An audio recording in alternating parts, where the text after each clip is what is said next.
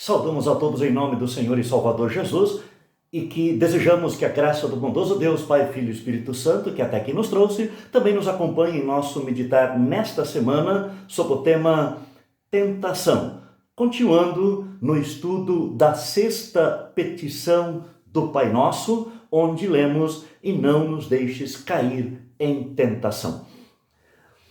Prezado amigo e irmão, qual é a natureza das programações da TV aberta em nosso país?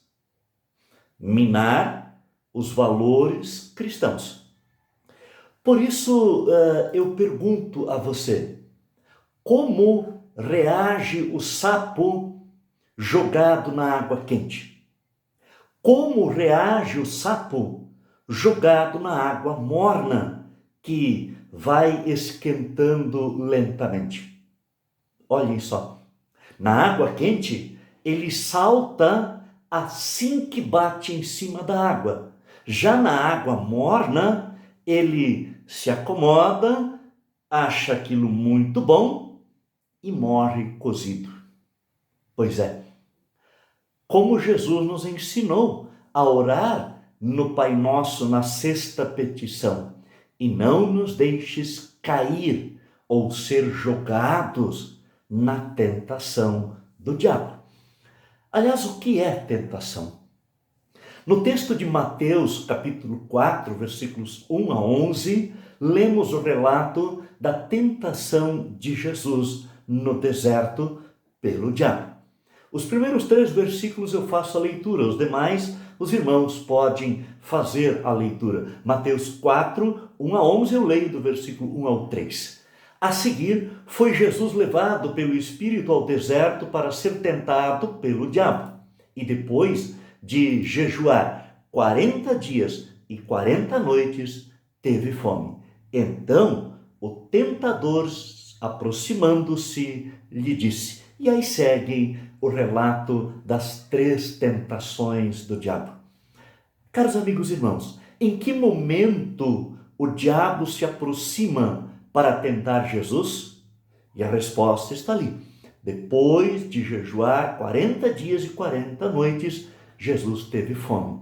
Fragilizado fisicamente, cansado mentalmente, então o diabo se aproxima. Dificilmente o diabo tenta alguém que está firme na fé, que está forte na sua comunhão com Deus. Segunda pergunta: além de diabo, Satanás, que outro nome ele recebe no texto de Mateus capítulo 4, especialmente no versículo 3? É o tentador. Outra pergunta: quais as 3 grandes investidas ou tentações do diabo neste texto contra Jesus? Para Jesus transformar pedras em pães a fim de saciar sua fome física. Para Jesus saltar do pináculo ou da torre do templo para provocar um milagre. E ainda para Jesus adorar o diabo em troca de glórias e de honras e de bens materiais. Caros amigos e irmãos, mais uma outra pergunta: e quais as grandes armas que Deus nos dá na luta contra o tentador? Jesus responde: está escrito. Usar esta espada do Espírito, que é a palavra de Deus, é a grande arma que você e eu temos, como Jesus mesmo nos ensinou.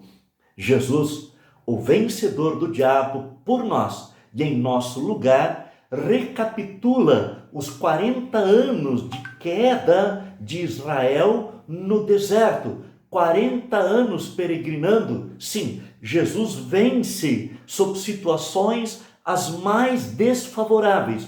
Nós, portanto, somos convidados a confiar em Jesus, que foi tentado, sofreu e morreu para nos salvar do tentador. E ele, que sofreu e foi tentado, ressuscitou e vive. Ele se compadece de nós e é poderoso para socorrer os que são tentados, como lemos em Hebreus 2, versículos 17 e 18. Por isso, amigos e irmãos, vigiar e orar com a palavra de Deus para não cairmos em tentação. Como nos certificamos da ajuda de Deus, o nosso Pai? Confiando na palavra de Deus. Eis que estarei convosco todos os dias até a consumação dos séculos, disse o próprio Jesus em Mateus 28, versículo 20. Ele estará contigo e comigo também nas ciladas que Satanás arma para nos fazer cair. E as tentações, elas cessam por aí? Em Lucas 4, versículo 13, lemos: passadas que foram as tentações de toda sorte, apartou-se dele o diabo até momento oportuno. O diabo, ele não desiste tão fácil. Foi assim com Jesus. É e continua assim com você e comigo e com todos os cristãos de todo o tempo. O diabo não desiste facilmente. Ouça o que diz o apóstolo Paulo em 1 Coríntios 10, versículo 12. Aquele, pois, que pensa estar em pé, veja que não caia. A sexta petição do Pai Nosso, Lutero então responde dizendo que Deus, em verdade, não tenta ninguém, mas suplicamos nesta petição que nos guarde e preserve, para que o diabo, o mundo e a nossa natureza humana, ou a nossa carne, não nos enganem, nem nos seduzam a crenças falsas, desespero ou qualquer outra grande infâmia ou vício. E ainda que tentados, vençamos afinal e retenhamos a vitória. Por isso, caros amigos e irmãos, Deus não tenta a ninguém. Deus prova os seus para certificá-los de que estão na verdadeira fé, para purificar e fortalecer a fé dos seus filhos. Em 1 Tessalonicenses 2,4 lemos: pelo contrário, visto que fomos aprovados por Deus a ponto de nos confiar Ele o Evangelho, assim falamos, não para agradarmos a homens, e sim a Deus, que prova o nosso coração. E em Tiago 1, versículo 2, lemos: meus irmãos, tende por motivo de toda alegria o passardes por várias provações.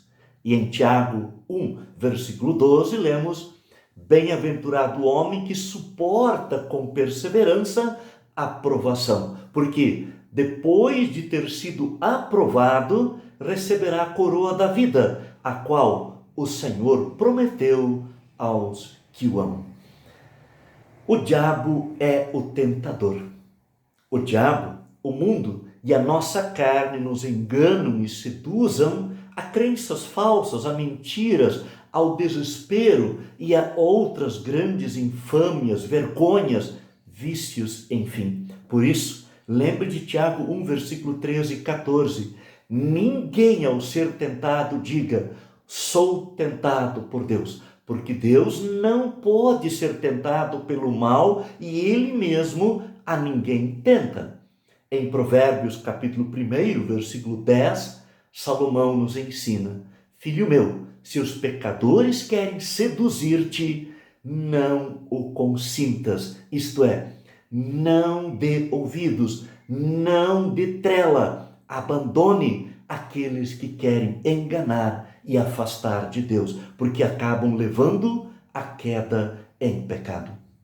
Adão e Eva, eles foram tentados pela serpente e se deixaram enganar, como lemos em Gênesis 3, versículo 1. Mas a serpente, mais sagaz que todos os animais que o Senhor Deus tinha feito, disse à mulher: é assim que Deus disse? Não comereis de toda a árvore do jardim? Ou seja, colocando dúvida na mente e no coração de Eva. Cuidado com as dúvidas, porque elas sempre são cruéis contra nós. Aliás, o que afinal de contas suplicamos então, ou pedimos que Deus conceda na sexta petição? Lutero nos ensina que, ainda que tentados vençamos, afinal, e retenhamos a vitória. Vitória que Jesus Cristo já conquistou para nós com sua morte na cruz e a sua gloriosa ressurreição. 1 Coríntios 10, versículo 13, lemos: não vos sobreveio tentação que não fosse humana, mas Deus é fiel e não permitirá que sejais tentados além das vossas forças. Pelo contrário, juntamente com a tentação, vos proverá livramento, de sorte que a possais suportar. Então, como lidar com as tentações? Uma dica, Salmo 37, versículo 5. Entrega o teu caminho ao Senhor, confia nele, e o mais ele fará. Outra dica, Efésios 4, versículo 25. Por isso, deixando a mentira, fale cada um a verdade com o seu próximo, porque somos membros uns dos outros. E como vencer as tentações? Efésios 6, versículo 13. Portanto, tomai toda a armadura de Deus para que possais resistir no dia mau, e depois de terdes vencido tudo, permanecer inabaláveis. Esta armadura de Deus é a sua santa palavra. Por isso, quando abandonamos a palavra de Deus, nos entregamos ao pecado ou à ansiedade, porque não estamos sobre o fundamento e encaminhamos para a ruína, para a tentação e para o pecado. Por isso, estimados, apeguemo-nos cada vez mais ao nosso Deus e Pai, mediante a fé em Cristo Jesus, e então ler, ouvir e meditar na palavra de nosso Deus. Estimados, cuidado com a água quente das tentações de Satanás, mas mais cuidado ainda com a água morna, porque no fundo são veneno para a nossa alma, para a nossa fé em Jesus. Então, oremos sem cessar e vivamos em comunhão com Jesus, o nosso Salvador, e com os nossos irmãos na fé. Amém.